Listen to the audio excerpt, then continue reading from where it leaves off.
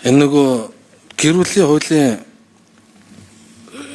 бүлийн процессын хуулийн ажлын хэсгийн хүрээнд бид нар энэ баасан жаргал гишүүн бид нар Канад улсад очиж туршлага судлаад явж ирсэн. Тэгээд манай ерөнхий зөвлөлийнхэн нөгөө хамт бүрэлдэхүүнд орж яваад тэр барилгын мэрэгчлэтнүүд яваад явж ирсэн. Тэгээд нөгөө хоёр залуу тэр чинь инженер залуу байсан бохоо. Захиал за одоо тэр шүүхийн хараараа яаж барьсан байна бараг судлаараа мадлаараа гэл. Сүрхий явал үзсэн. Тэр янзын барилгууд байна уу? Тэр хамгийн айхтар барилгад нь ороод үзлээ. Завар хаалга цонх нь ингэдэм байна. Тэгэд автомат биш чим алга, эко биш чим алга тэр барилгад ямар гоё бариу гэ. Тэгээд үзэж жагаад танаа энэ байр хэд болсон гэсэн чинь $1 гэж байна. 3.1 хэдэн их 80 төгрөгөөр тэр Канадын нэг юм гэр бүлийн тэр нэг юм том шүүхийн барилганд баригдсан. Тэр чинь тэр улсад байгаа одоо хичнээн олон шүүхүүдийн зөвхөн нэг барилга нь тийм. Тэгээ эндээс юу ойлгож авсан юм бэ гэхээр энэ үнэхээр шүүх гэдэг бол бид нар хараа тус байдал за тэгээ хууль эргэлээ олон зүйл шаардахаас гадна орчин чухал байна гэж. Өнөөдөр яг үүндээ манай шүүхүүдийн нөхцөл байдал бол туйлын хэцүү байгаа оо. Шүүх хуралдааны тахимаас шалтгаалаад хэрэг шийдвэрлэлд удаашрдаг. Тэр шүүх хуралдааны дотор байгаа агаар жуулалт, зай талбай энэ зүйлүүд бол бас ер нь их хэцүү төвшөнд байгаа шүү дээ.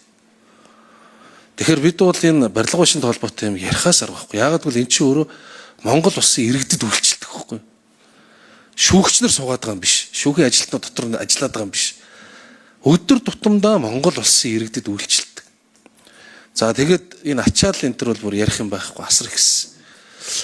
За тийм учраас би нэг юу асуух гэж байгаа. Энэ нөгөө нисэх рүү баригдсан нөгөө нэгдсэн зохицол бүрэлдэхүүн тэр маань нэг яваад хэл хамгаалах байгууллагын тэр тендерт ороод нэг явж ирс тэрний маань явц ер нь хэр байна. Хизээр нь ашиглалтанд орох шинж бүхий байна.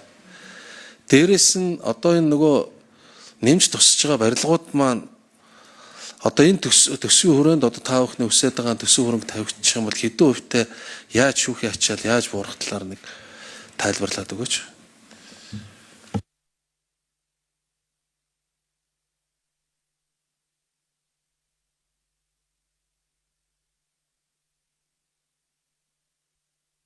Эндрийн микрофон өгье. За гишүүний асуултанд хариулъя. Шүүх хэрэг зөвлөн гүйцэтгэх инженер Эрдэнэт байгаа.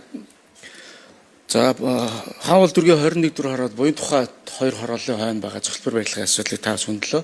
За энэ хүү барилга маань 2014 онд анх санхүүжилтэн тавиад тухайн жилдээ зойрын давхрыг тавиад зарцсан барьсан барилга байсан. За ингээд энэ хүү барилгыг бид бүхэн 25 оны төсөв тавигдаад 25 онд нийтдээ 27.3 тэрбумаар барилга өсөлтөд ажил дууссан. За энэ жил бол 24.8 тэрбумаар гадна засал дэд бүтэц одоо дотор үргэлгүйд ажил дуусгадана. За ингээд үлдэх 38 тэрбум төгрөгийг одоо ингээд 27 оны төсөв тавигдах юм бол энэ барилга маань бид бүхэн 27 оны сүүлээр 28 оны ихэнд бүрэн ашиглалтанд оруулнаа. За ийм байна. За түрүүн бас золзоод ярих хэлсэн байгаа. Нийт бид бүхэн Архангай, Дархан, Багнуур, Өмнөговь, Баянзүрх дүүргийн эрүүгийн шүүхийн урд гэдэг 5 барилгын ажил эхлүүлсэн байгаа. Энэ жилдээ бид бол Архангай, Багнуур, Өмнөговь гэдэг шүүхийн барилгыг ашиглалтанд оруулна. Ингээд явж байгаа. Ингээд явах юм бол шүүх байргүй гэсэн шүүхүүдийн асуудал шийдэгдэнэ. За цогцлбор барилга ашиглалтанд орсноор баруун талд байгаа эрүүгийн иргэний шүүх, иргэний иргэний шүүх, шүүхийн тусгай архив, хэлбэр ажиллагааны шүүхүүд ингээд бүрэн ашиглалтанд орно. Инхээр бас шүүхэд ирж байгаа ачааллууд буурна. Иргэд аятай тухтай нөхцөл байдлаар үйлчлүүлэх тийм бүрэн боломж нэгднэ. Ийм байна. За ерөндөө бол хуульчин байнгын орноос тавигдсан төсвийн хүрээнд бид бүхэн энэ төсвийг үр зохистой хийж ажлыг нэлээд түргэн хугацаанд ажилд оруулж барилгын эзлэлтэй ажлыг дуусгаж байгаа.